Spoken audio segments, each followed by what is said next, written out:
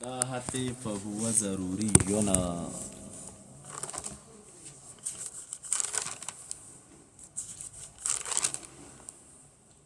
وما ثبت منه بالبداهة فهو ضروري دیوی وما ثبت منه اي من العلم الثابت بالعقل اغا چه ثابتیگی منه اي من العلم الثابت بالعقل بالبداهة معنى اي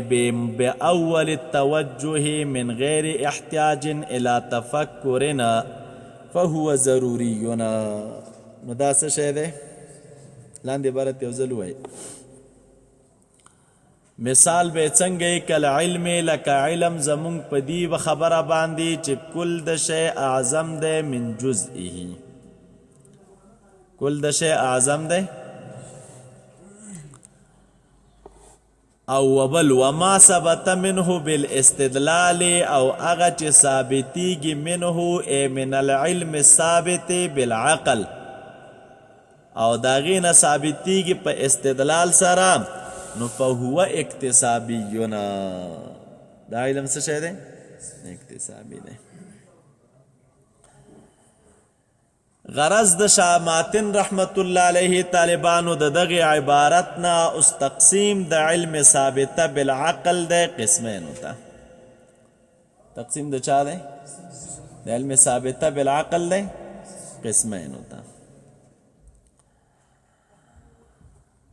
یو بدیهی تا و دویم نظری تا دا اول مثال در تاویلی کل علم بأن کل شیء اعظم من جزئه او دا بیا چی وی وما ثبت منه بالاستدلال فهو اکتسابی حاصل بالکسب حاصلنا الک مراد دا کسب نس شیدینو لاندې در تا دا کسب پلا وضاحت کی خود تاسو دا وزلول ولی بدیهی معنی دا د ای باول التوجه من غیر احتیاج الى التفکر دا د بدیهی معنی نو څنګه چې نفس ناطقه متوجی شو نو د توجه سره سره دا په اول توجه سره را حاصل بغیر د احتیاج نه تفکر تا نو فهو ضروری کالعلم بان كل شیء لك علم په دې خبره چې کل د شی اعظم د من جزئه د جز د شینه الک کل اعظم دی د جز نه نو په دې څه دلیل دی خدا خبره حاصلیږي په چا سره هلا په نفس تصور سره فانه بعد التصور معنى الكل والجز والاعظم نو دی وی فانه بعد التصور معنى الكل چې تیوزل تصور د معنا د کل وکي او د جز وکي او د اعظم وکي نو دا لا يتوقف على شيء على شيئنا دا موقوف په چا باندې نه تصور د شیخ تاسو تصور د کلم کړه کنه تاسو ته مولي د کل تصور څه شی دی هلا مجموعه د اجزاء د جز تصور څه شی دی ما يترکب منه دا تصور د جز دی کنه ما يترکب منه ومن غیره او مجموعه تسوی لیکيږي کل او اعظم پیژنې چې اعظم په معنا د لوی نو دا په اول النظر سره چې څنګه تا نظر وکا ول توجه نفس ناطقه څنګه متوجی شدي شتا د خپل وای چې کل اعظم دی د چانه جزنا نو لا يتوقف على شيء ومن توقف فيه حيث زعمت أن جزء الإنسان كاليد مثلا قد يكون أعظم منه فهو لم يتصور معنى الجزء والكل كسوك بدي عقيدة دي جزء أعظم دي نو غدا جزء ودو كل ده معنى څه شي نه دی کړی تصور نه دی کړی که تصور یې کړی نو داسې فیصله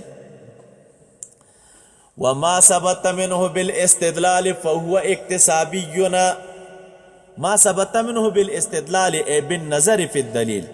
سواء كان استدلالا من العلة على المعلول كما إذا رأى نارا ورأي ثبت منه بالاستدلال استدلال مراد داخلي نظر في الدليل والنظر في الدليل تاسويلي دليل دو قسمه ده دليل اني ده ودليل دليل لمك يا ده منصوب بسوي لم ولم علت ويليكي چاته ويليكي دليل لمي سماله یعنی استدلال د جانب د چانه د علتنا په معلول باندې او بل انی راغله او انی کیم یا راغله د منصوب بسوی ان او ان چاته ویل کیږي اثر ته چاته ویل کیږي طالب نو برهان انی سمانا هغه چې استدلال پکې من جانب المعلول علی العلت وي نو د الله تعالی د ذات اثبات په برهان علمي سره نه کیږي او په چا سره کیږي ولې الله تعالی لره علم نشته علت نشته د الله تعالی لره بلکې الله تعالی خپل علت جاعلی دی دپاره د چا د کل ممکناتو نو اوس هر یو تعبیر چې تناخلی تاسو ګورئ وما ثبت منه بالاستدلال ای بالنظر فی الدلیل سواء كان استدلالا عاما ده که دا استدلال پکې د جانب د علت نه په معلول مثال به څنګه کما اذا رأى نارا یو سړي اور ولیده فعلم نو دی معلومه کړه دته چې ان لها دخانا دی لره څه شی دی دخان دی ورلره او من المعلول على العلت یا پکې استدلال د جانب د چا نه و د معلول نه په علت باندې کما اذا رأى دخانا لکه دی اور ویني نو دا معلومه کړله دوګې ولیده فعلم ان هناك نارا دا علم راغی چې هلته څه شی دی نو په یو کې استدلال د جانب د علت نه دی په معلول باندې او په بل کې استدلال د جانب د معلول نه دی په چا باندې په علت باندې اور دی ولیده د اور نه استدلال په وجود د دخان دا استدلال د جانب د علت دی د چا په معلول ځکه نار علت دی د پاره د چا د دوګي او که دوګي دی ولیده د دوګي نه استدلال په وجود د نار باندې کوي نو دا استدلال د جانب د معلول نه دی په علت باندې ځکه نار معلول دی دا دوګي او نار څه شی دی طالبه و هر یو استدلال چې وي نو یو ته انی وي او بل ته څه ویلی کېږي لمې یا یو ته ویلی کېږي استدلال جانب د اثر نه په مؤثر باندې او بل ته ویلی کېږي استدلال د جانب د مؤثر نه په چا باندې په اثر باندې نو فعلم ان هناك نارا وقد يخص الاول دا اول چې دی خاص کېږي باسم التعلیل والثاني بالاستدلال او دویم چې دی خاص کېږي بالاستدلال نو وقد يخص الاول باسم التعلیل لاندې ناکد څه وایي وهو برهان اللمی دا برهان علمي دی استدلال د جانب د علت نه دی په معلول باندې والثاني او دویم چې دی خاص کېږي په چا باندې هله په برهان انی باندې بالاستدلال وهو البرهان الان او انت استماوری چې برهان انی ان اثر ته وایي او دی کې استدلال د جانب د اثر نه په مؤثر باندې نو چې ما ثبت منه بالاستدلال نو فهو اکتسابیون دی علم ته څه ویلی کېږي اکتسابی ویلی کېږي طالبه اوس راځه اکتسابي زه نه پېژنم چا ته وایي نو اوس په مابین د اکتسابي او د استدلالي په منځ کې نسبت د عموم خصوص مطلق دی هغه راته ذکر کوي په داسې شان چې اکتسابي اعم مطلق دی او استدلال چې دی څه شی دی اخص مطلق دی نو تاسو ویلي په نسبت د عموم خصوص من وجه کې څو دوه قضیې راځي ماده د اجتماع د اخص طرف دی موجبه کلیه صادقیږي او ماده د اجتماع د چا د طرف دی عام د طرف یو سالبه جزیه صادقیږي نو ست درته وګوره لکه زه کسب نه پېژنم کسب چا ته وایي فهو اکتسابی یون اکتسابی کیا راغلی دا منصوب بسوی کسب مانا ای حاصل بالکسب لکه کسب نه پېژنم کسب چا ته وایي وهو مباشرة الاسباب بالاختیار کسب عبارت دی د مباشرت د اسبابو نه په چا سره یو سړی اسباب استعمال کی په خپل اختیار دی ته کسب وایي دې ته څه وایي